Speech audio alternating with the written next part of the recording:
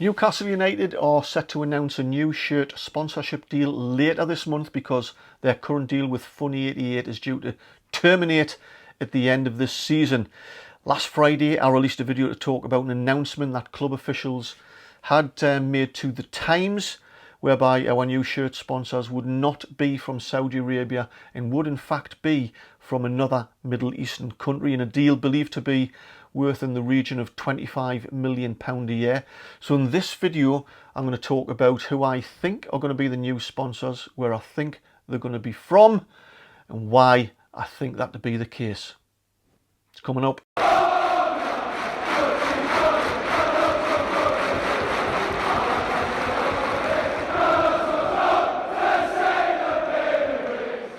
Welcome back, it's Eddie here from Tyneside Life. First of all, a quick apology. Occasionally I might look down at my notes just below there on my laptop because I just want to articulate my points as thoroughly as I can and in the right order. But also as well, I just want to set out where and how I come about the opinions that I do express in some of these videos. Because, you know, by chance, by doing this, I find myself in the kind of journalistic world. So I've been kind of a student of journalism, if you like, and I've been trying to learn as much as I can, in particular the types of journalism that's out there. So broadly speaking, I try and get my news and articles from the more reliable sources, broadly speaking.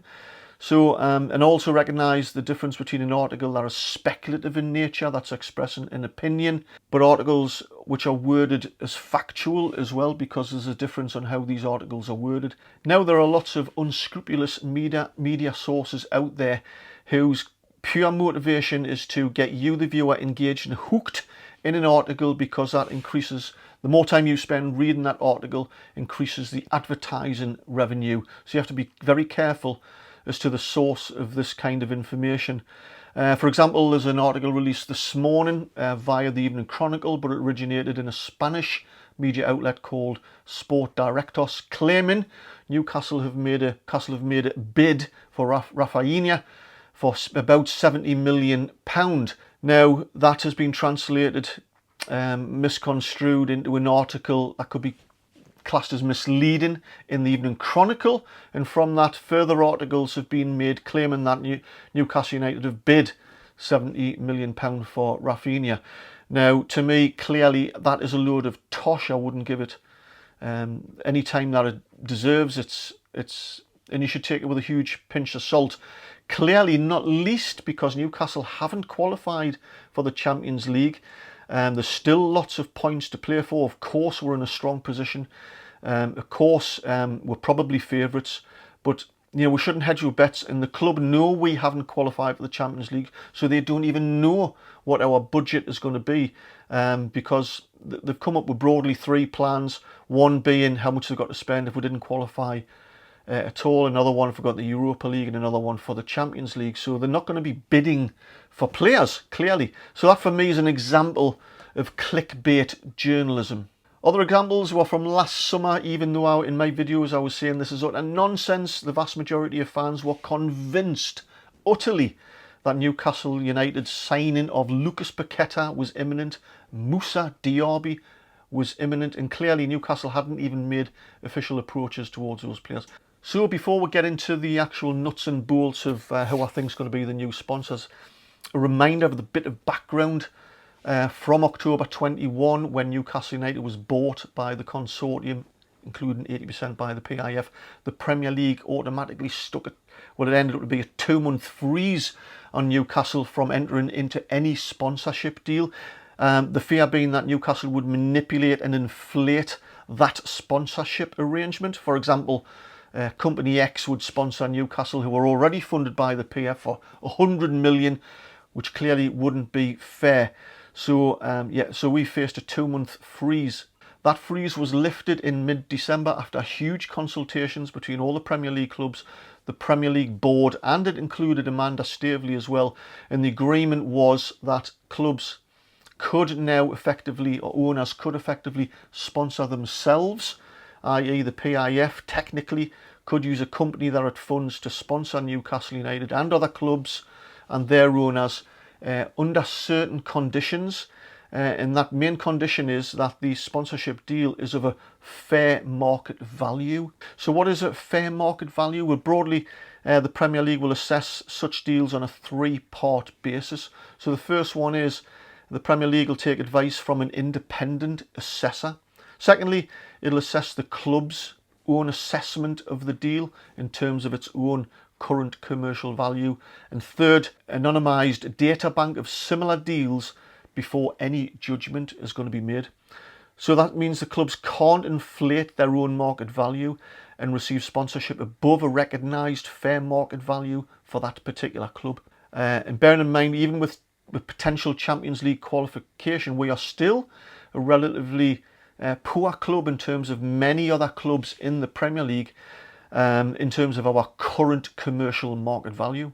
So this is clearly quite a minefield for clubs, in particular Newcastle United, who are now under a lot of scrutiny and have got the beady eye on them by the Premier League and the FA and probably other governing bodies because of the controversy surrounding our ownership of Saudi Arabia. If you'd like to see more videos like this and be notified the moment I release the next one, make sure you hit the subscribe button.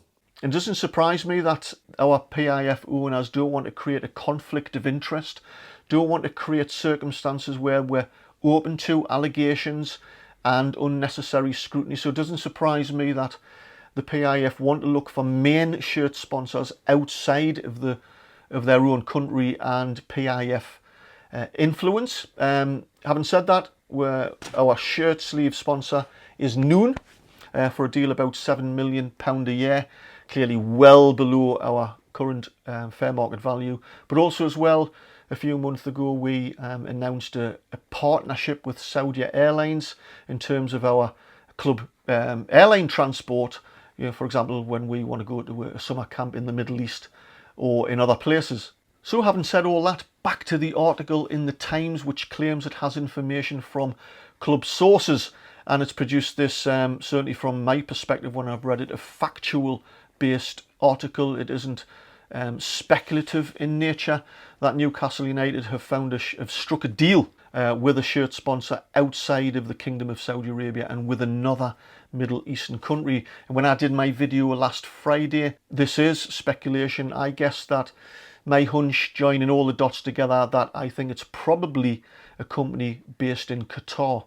Now, I have two companies in mind. The first one is my second guess, my second favourite, if you like, and there's an irony to this, but it could be beIN Sports, based in Doha in Qatar. Of course, beIN Sports had a bit of a beef with Saudi Arabia and the PIF when they were trying to purchase Newcastle United, because Saudi Arabia at the time had a pirate station called Butte that was unlawfully screening Premier League matches. And quite rightly so, Qatar had a bit of a gripe about this in terms of the PIF buying Newcastle United. So they made representations to the Premier League, and that caused some delays in the negotiation process. That was eventually ironed out, and the rest is history. I noticed that beIN Sports had conducted an interview, or a journalist from beIN Sports, at the Newcastle training ground with Joe Linton and Bruno Guimaraes. So clearly things have been sorted out with Saudi Arabia and the PFA, and the fact that beIN Sports from Qatar are interviewing Newcastle United players suggests that it could be beIN Sports who are going to be the next shirt sponsor, but they're not my favourite. My favourite is Qatar Airways. And Qatar Airways, first of all, are clearly a huge airline, and they have sponsorship deals with some massive European clubs in PSG, but also Bayern Munich and FC Roma. There's Italy, Germany and France for you, and why shouldn't they sponsor what's going to be a huge Premier League club? In addition to that, I have been contacted by an individual who's based in Saudi Arabia. I can't say that they have the finger on the pulse of exactly what's going on, but they claim that all the talk over Kingdom of Saudi Arabia is that the Newcastle shirt sponsorship deal is going to be with Qatar Airways. That leads me to think that they're probably favourites. And I should say that, you know, what do I feel about a Middle Eastern country sponsoring Newcastle United with the human rights? and all of that that's involved. You know, I put all that to one side. We've all got views on that. I've also got views on how our own country and its bedside manner in some really awful ways. So I think we're allowed to put that to one side. And yeah, I think Qatar Airways is my favourite. BN Sports, but there are other companies in Qatar and other Middle Eastern countries. But you've heard it here first. If Newcastle United break the news in the next 2 or 3 weeks that the new shirt sponsorship deal is going to be with Qatar Airways, you can get in touch and say, well done, Eddie. If I'm completely wrong, you can slate us off. You have my permission. And I'll give a big apology as well. So that's my thoughts on it. If you like the video, give us a thumbs up. Tell us what you think. I'm interested. And don't forget to subscribe if you haven't already. And I'll see you on Sunday for the Arsenal match. Take care.